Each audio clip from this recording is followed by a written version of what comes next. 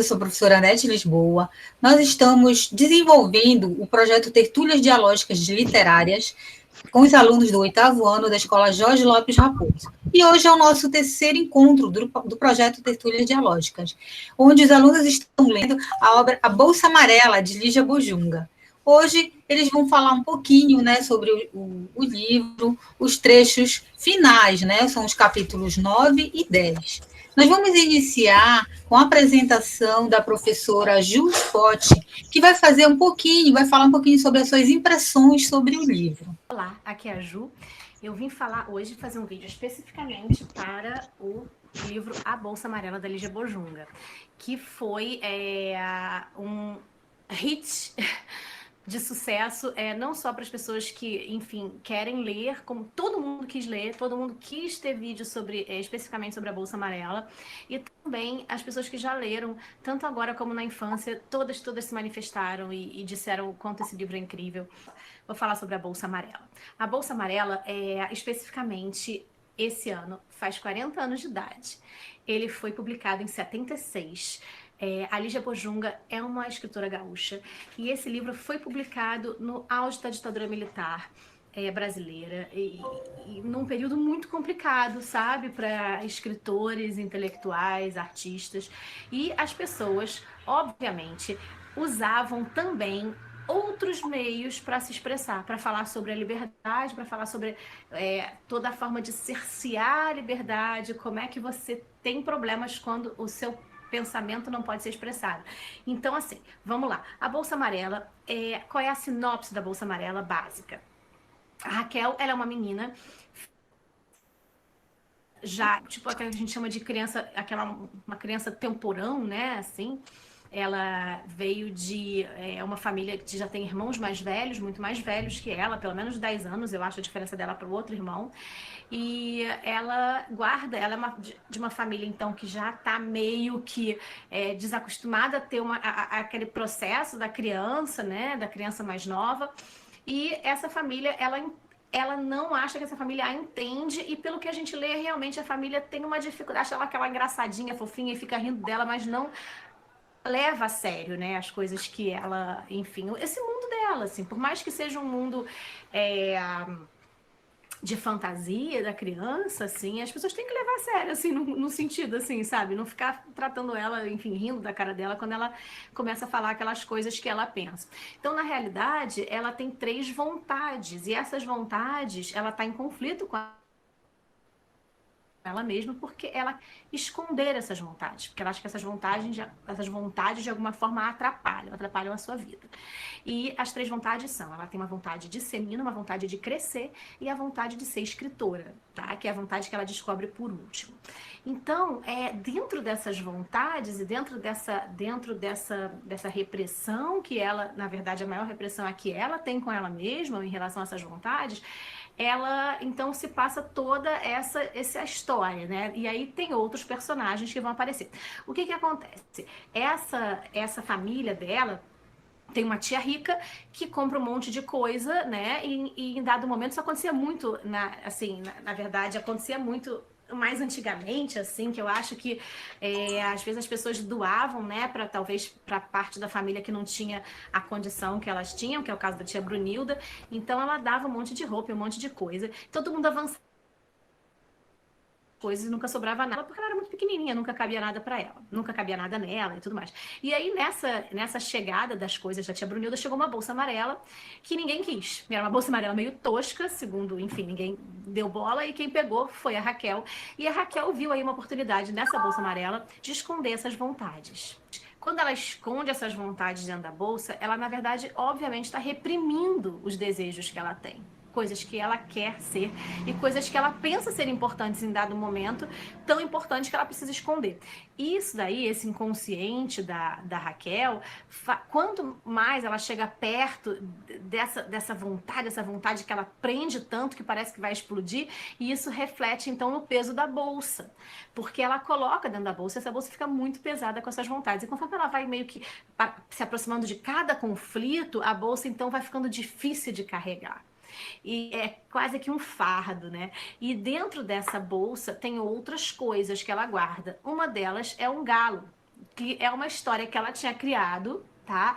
E que ela, quando começa a escrever os pensamentos dela, ela escolhe essa história do galo, que é um galo que nasceu para ser tomador de conta de galinheiro, e ele não quer ser tomador de conta de galinheiro, ele quer que as galinhas façam o que queiram fazer e não pergunte para ele a cada momento o que elas precisam fazer, e elas não se conformam. E ele foge do galinheiro e quer se esconder dentro da bolsa da Raquel. E a Raquel, na verdade, não quer, porque vai ficar muito pesado. Ela deixa, então, o rei, que na verdade o nome dele era Rei, e ele vira Afonso, porque ele quer ter um próprio nome. E sabe o que é bacana? Aí dentro da bolsa depois também vai ter um guarda-chuva, depois vai aparecer o Terrível, que é outro galo, e tem um alfinete também, que ela encontra na rua, que é um alfinete que meio que caiu e nunca foi de ninguém e tudo mais. E ela também esconde dentro nomes que ela queria ter. Tem vários personagens e todos os personagens também estão reprimindo vontades que eles têm de ser e não conseguem ser naquele ambiente que eles vivem. Um deles, o Galo Terrível, ele é um galo de briga.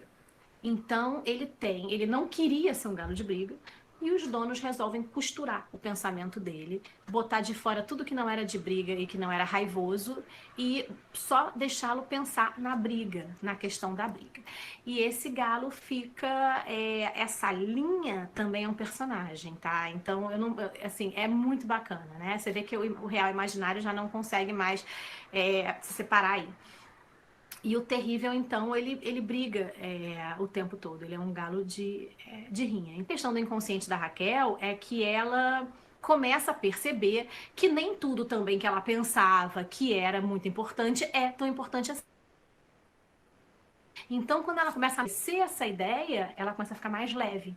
Né? Então ela amadurece que certas coisas não necessariamente ela precisa esconder, mas também não necessariamente ela precisa daquilo, né? E isso é muito legal. Mas o que acontece? Aqueles desejos reprimidos dela, alguns são importantes, e esses alguns importantes ela vai entender que vai estourar para fora, vai chegar, ela não vai conseguir mais reprimir isso. Alguns ficam, outros precisam ser liberados, assim, porque automaticamente você vai ver que eles não são tão importantes assim. Então, ela tem uma questão aqui da crítica ao lugar da mulher, da sociedade repressora da ditadura militar e também da própria repressão que as pessoas têm com elas mesmas, e que isso não vai funcionar depois de um dado momento. Você vai estourar, a bolsa vai estourar, o fecho não vai conseguir segurar as suas vontades. Então, isso é muito bacana, é uma lição desse livro. A lição é exatamente você ter a noção da sua própria liberdade, e que você talvez possa ser o seu pior torturador e seu pior repressor quando você reprime as suas vontades principais. Não deixem de ler A Bolsa Amarela. Eu espero que vocês tenham gostado. Qualquer coisa, comenta. A gente vai iniciar o nosso primeiro turno de palavras com o vídeo do aluno André Luiz, tá? Que vai falar um pouquinho sobre o livro, né? A Bolsa Amarela. Eu tenho que achar um lugar para esconder minhas vontades. Não vontade de tomar sorvete toda hora. Às vezes acho que é a vontade de uma vez de deixar de ser criança. Faz tempo que eu tenho vontade de ser grande e de ser menino. Aí aconteceu uma coisa diferente. De repente sobrou uma coisa para mim. Era a bolsa amarela. Ela era amarela às vezes forte, mas depois ficava fraca. Ela era grande e tinha até mais tamanho de sacola do que de bolsa. A bolsa tinha 7 filhos. Sempre achei que bolso de bolsa é filho dela. Em cima, o grandão de cada lado, os dois com zíper, abre e fecha. Os dois funcionando bem. Embaixo tinha mais 2 bolsos menores que fechavam com botão. A Bolsa Amarela é um romance de uma menina que entra em conflito consigo mesma e com a família ao reprimir 3 grandes vontades que ela esconde numa bolsa amarela. A vontade de crescer, de ser garoto e a de se tornar escritora. A partir dessa revelação por si mesma, uma contestação à estrutura familiar tradicional em cujo meio criança não tem vontade. Essa menina imaginativa nos conta o seu dia a dia, juntando ao mundo real da família ao mundo criado por sua imaginação fértil, e povoada de amigos secretos e fantasias, ao mesmo tempo que sucedem episódios reais e fantásticos. Uma aventura espiritual se processa e a menina segue rumo à sua afirmação como pessoa. Ok. Agora é a vez da aluna Suelane Oliveira, que vai falar também um pouquinho sobre o livro A Bolsa Amarela. Oliveira de Jesus, sou aluna do 8º ano e hoje eu venho falar sobre o livro da Bolsa Amarela. Vou começar pela parte que me atenção o livro, então bora lá. O David ficou danado quando viu que estava preso, desentou a briga com as minhas vontades, com o guarda-chuva, com o pessoal todo. Quanto mais a gente explicava que estava querendo salvar a vida dele, mais danado ele ficava. Queria bicar todo mundo, pulava de um lado para o outro. A bolsa dava cada pinote que só vindo. Fui ficando apavorada. Daqui a pouco iam descobrir que eu carregava muitas coisas esquisitas dentro da bolsa amarela. No meu comentário, Raquel levava na sua bolsa suas vontades, retratos, o guarda-chuva, o Alfonso, o terrível alfinete de fralda. Eles ficavam na bolsa amarela, pois ela não queria que ninguém os visse. E havia o zip que quando eles têm brilho. Foi essa minha atividade. A gente vai chamar agora a aluna Karen Poliana, que vai falar um pouquinho, né, suas considerações sobre o trecho selecionado por ela. Bom dia, Karen. Pode ligar o teu áudio. Bom dia, professora. Então, eu vou ler no trecho o 10, que está escrito assim. Minha vida foi melhorando, eu já não inventava muitas coisas. Meu pessoal não ficava tão contra mim. Comecei então a achar que ser menina podia mesmo ser tão legal quanto ser garoto. O que eu entendi?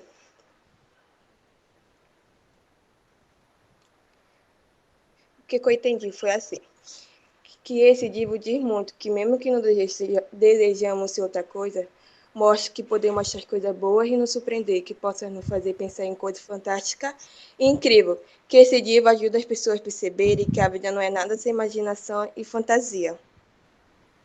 Ok, muito bem, Karen. A gente vai chamar o aluno Lohan Sérgio. Bom dia, Lohan. Bom dia. Chamar o João Felipe Silva. Bom dia, João Felipe. Você pode ligar o seu áudio. Bom dia. Vim falar aqui um trecho do capítulo. É capítulo, né? Tanto faz. Capítulo 10 aqui. Abri a bolsa amarela, tirei minha vontade de ser garoto e minha vontade de ser grande. Elas tinham emagrecido tanto que parecia até papel. Tô aqui. Não, tão aqui. Agora é só pendurar o rabo, amarrar a linha. O Afonso ficou no maior espanto. Continuar, Felipe? Minha vontade de ser garoto e de ser grande. Elas tinham emagrecido tanto, parecia até papel. Então aqui, agora, é só pendurar o rabo, amarrar a linha. O Afonso ficou no maior espanto. Você não vai mais esconder as vontades de dentro da bolsa amarela? Não, elas viraram. Elas que eu tava perdendo a vontade delas. Então perguntaram se podia ir embora. Eu falei que sim. Eu tava perdendo a vontade deles, então perguntaram se podiam ir embora. Eu falei que sim. Eles quiseram saber se eu podia ir que nem pipa. Eu disse claro, ué. Aí agora eu vim falar um pouco do meu comentário, que eu entendi. Eu entendi que finalmente eles conseguiram se livrar. Não, ela conseguiu se livrar da vontade de ser garoto. Nós vamos agora para o segundo turno de palavras, certo? Onde os alunos vão fazer as suas reflexões, as suas considerações sobre os 2 últimos capítulos do livro A Bolsa Amarela, de Lígia Borjunga. Nós vamos chamar o aluno Naue Christian, que vai falar um pouquinho sobre a sua experiência, né, de ter lido o livro. Eu vou ler o primeiro capítulo do 9, né? Comecei a pensar diferente. Enquanto eu escrevia a história de um galo de briga e de um carretel de Dina Forte, a vontade de escrever andou, tão magrinha que já não estava quase nada. Que alívio! Acabei até mudando de ideia. Resolvi que eu queria escrever qualquer coisa, e devia escrever e pronto. Carta, romancinho, telegrama, o que me dava na cabeça. Queriam rir de mim? Paciência. Melhor rirem de mim do que carregar aquele peso dentro da bolsa amarela. O Afonso andava muito pensativo. Saía todos os dias e ficava fora um tempão.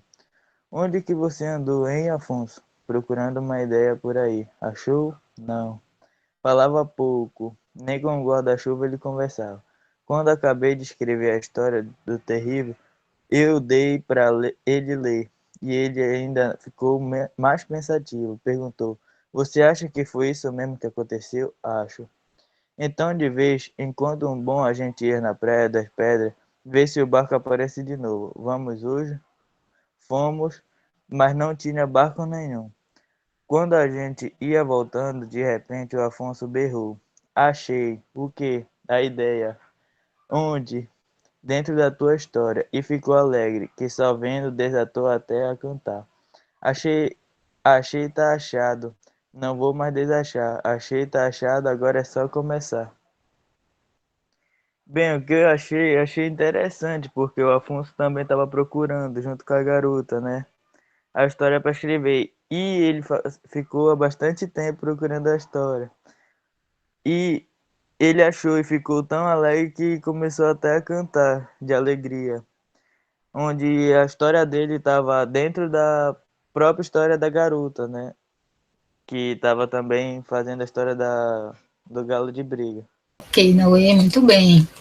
A gente chama agora o aluno Luiz Arthur. Bom dia. Neste capítulo, trata-se de que Raquel e sua família teriam que ir almoçar na casa de sua tia Brunilda.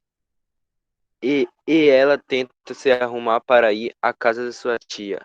Espreme a espinha e etc. Os donos do Afonso aparecem na casa de Raquel, querendo procurar o Afonso. Eles não acharam e foram embora. Depois de se arrumar, achando que estava vestido horrivelmente, sai de casa. Quando chegou na casa da sua tia, disseram que ele estava numa maluca de carregar aquilo. E começou a inventar muitas coisas. Eles acreditaram e deixaram ela entrar. Começaram a tratar-se como uma criancinha. Ele teve que fazer muitas coisas. Seu primo Alberto implicou com ela o tempo todo. Queria que ela abrisse. Ele tomou a bolsa, mas a fechou. Não abriu e todo mundo tentou abrir. Suas vontades começaram a engordar e de repente a bolsa explodiu e começou a emagrecer. Tá bom. Então a gente vai chamar o próximo aluno, o Vitor Rodrigo. Pode ligar o teu áudio, Vitor. Guarda-chuva, com um jeito de quem entende de guarda-chuva. E me pergunto, você tem pressa? Então amanhã tá pronto. Mas eu fiquei parada querendo entender melhor a gente naquela casa. Pera. Então amanhã tá pronto. Mas fiquei parada querendo entender melhor a gente daquela casa. Apontei o homem. Ela apresentou os três, meu pai e minha mãe. Meu avô, eles me deram um sorriso legal. Tá bom, vamos lá. A gente vai continuar, né, com Luiz Carlos Feliberto, certo? Que vai falar um pouquinho do livro, né, A Bolsa Amarela. Vamos lá. Bem, o meu nome é Luiz Carlos e eu vou falar sobre o capítulo 10, Na Praia. O trecho que eu escolhi foi isso daqui. Minha vida foi melhorando. Eu já não inventava muita coisa. Meu pessoal não ficava tão contra mim. Comecei então a achar que ser menina podia mesmo ser tão legal quanto ser garoto. E foi aí que minhas vontades deram para emagrecer. Emagreceram e emagreceram. Até que um dia pensei, daqui a pouco elas vão sumir. As aulas começaram de novo. Uma noite que eu sonhei que estava na praia soltando pipa. Acordei e falei pro Afonso, sabe, disseram que eu não podia soltar pipa. Por quê? Falaram que era coisa de garoto. Ué, bem, o que eu entendi sobre essa parte foi que as pessoas em volta dela, só porque ela era menina, não podia fazer coisas de garoto, não estava no da liberdade que ela merecia de fazer as coisas.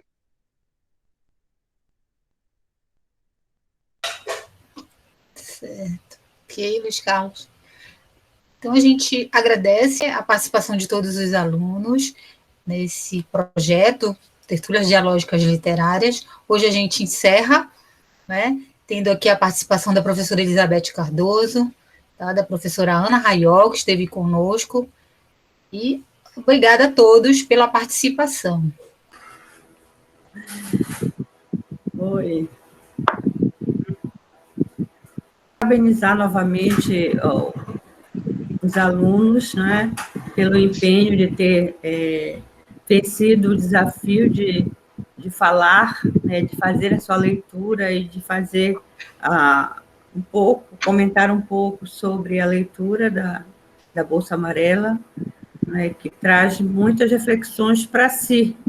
Né, o leitor consegue estabelecer uma relação muito interessante com a leitura do livro, e principalmente no caso dos jovens, né, como a Raquel.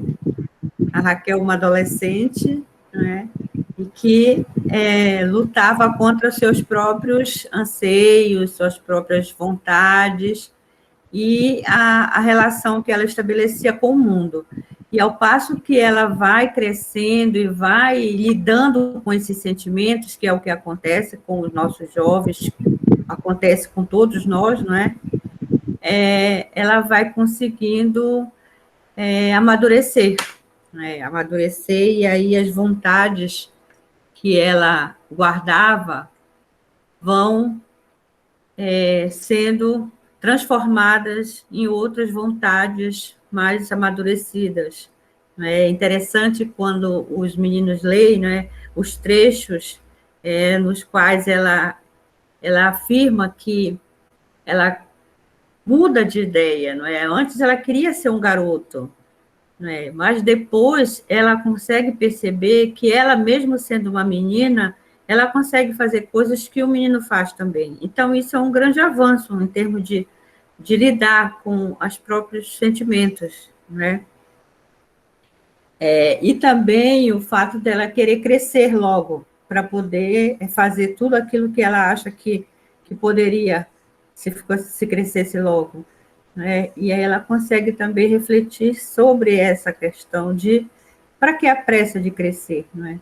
E interessante que ela mantém apenas o desejo que é de ser escritora, né? E isso é muito legal, né? Eu acho muito interessante isso na leitura do livro, e que deixou transparecer na fala dos alunos que apresentaram durante todos os intervalos de fala dos nossos encontros, das tertúlias dialógicas.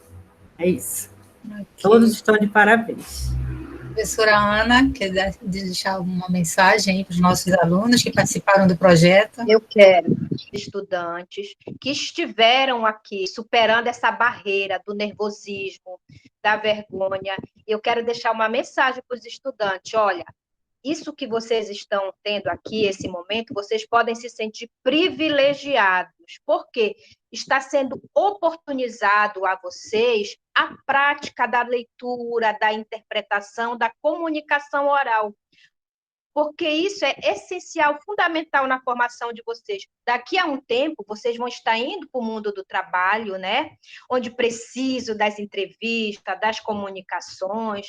Além disso, né? Isso é essencial. Vocês estão saindo, vamos dizer assim, do mundo, né, mais infantil, entrando no mundo da adolescência, daqui a pouco adultos. Então, se sintam agraciados, vocês podem se sentir o quê?